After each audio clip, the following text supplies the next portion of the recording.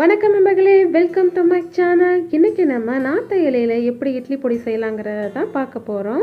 நார்த்த இலை சாப்பிட்றதுனால பித்தம், அஜீரண கோளாறு, அப்புறம் வயிற்றுப்புண் இது எல்லாத்தையுமே சரி செய்யுது. வாங்க இது எப்படி செய்யலாங்கிறத பார்த்துடலாம்.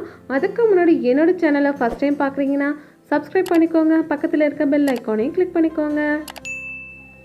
நார்த்த இலையை பறிச்சுட்டு வந்துடலாம்.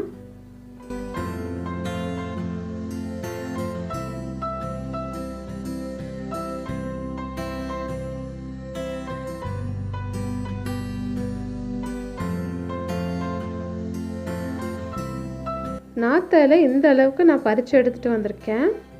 இதை நம்ம தண்ணியில் நல்லா அலசிட்டு காய வச்சு எடுத்து வச்சுக்கணும். கொஞ்சம் கூட இந்த ஈரப்பதமே இருக்கக்கூடாது. அடுத்து நம்ம என்ன பண்ணணும்னா, நார்த்த இலையில் நடுவில் பார்த்திங்கன்னா ஒரு நரம்பு மாதிரி இருக்கும், அதை நம்ம எடுத்துடணும். எல்லாத்துலேயுமே இந்த மாதிரி நம்ம எடுத்துகிட்டு க்ளீன் பண்ணி வச்சுக்கலாம். இந்த மாதிரி நான் எல்லாத்தையுமே எடுத்துகிட்டு க்ளீன் பண்ணி வச்சுருக்கேன் பாருங்கள். ஒரு கைப்பிடி அளவுக்கு நான் நார்த்த இலை எடுத்திருக்கேன். அதே அளவு நான் வரமிளகாயும் எடுத்திருக்கேன். காரம் கொஞ்சம் ஜாஸ்தியாக தான் இருக்கும், வேணும்னா நீங்கள் கொஞ்சம் கம்மி பண்ணிக்கலாம். உளுந்து ஒரு கைப்பிடிக்கும் கொஞ்சம் ஜாஸ்தியாக எடுத்திருக்கேன். தேவையான அளவு உப்பு, அரை டீஸ்பூன் பெருங்காயம் எடுத்திருக்கேன். ஸ்டவ் ஆன் பண்ணி ஒரு பாத்திரத்தை வச்சுட்டு அதில் நம்ம நார்த்த இலையை வறுத்து எடுத்துக்கலாம். நார்த்த இலையோட கலர் மாறக்கூடாது, நமக்கு ஓரளவு வதங்கி வந்தால் போதும்.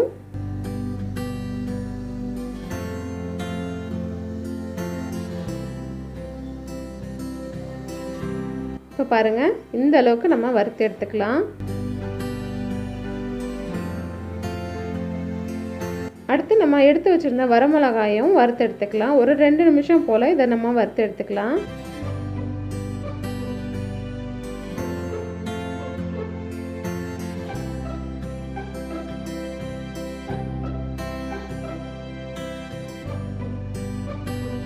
அடுத்து நம்ம எடுத்து வச்சிருந்த உளுந்தையும் இதில் சேர்த்துட்டு இது கொஞ்சம் ப்ரௌன் ஆகிற வரைக்கும் நம்ம வறுத்துக்கலாம்.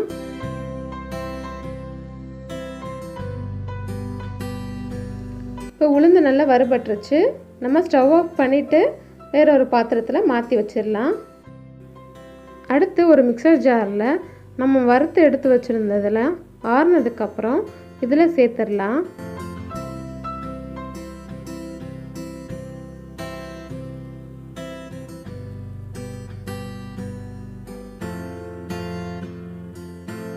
இப்போ எல்லாத்தையும் சேர்த்துட்டு அரை டீஸ்பூன் அளவுக்கு பெருங்காயத்தூள் சேர்த்துக்கிறேன். தேவையான அளவு உப்பு சேர்த்துக்கிறேன். சேர்த்துட்டு இப்போ அரைச்சிட்டு வந்துடலாம். இப்போ பாருங்கள், நான் நல்லா அரைச்சி எடுத்துகிட்டு வந்துட்டேன். இந்த மாதிரி நல்லா பவுடராக அரைச்சி எடுத்திருக்கேன். உங்களுக்கு கொஞ்சம் குறப்பாக நார்த்த இலை இட்லி பொடி குயிக்காக நம்ம ரெடி பண்ணிட்டோம். இது இட்லி, தோசை, அப்புறம் தயிர் சாதம் அதுக்கு கூட ரொம்ப சூப்பராக இருக்கும். நீங்களும் கண்டிப்பாக ட்ரை பண்ணி பாருங்கள்.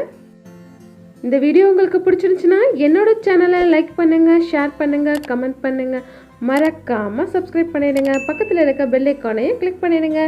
நன்றி, வணக்கம்.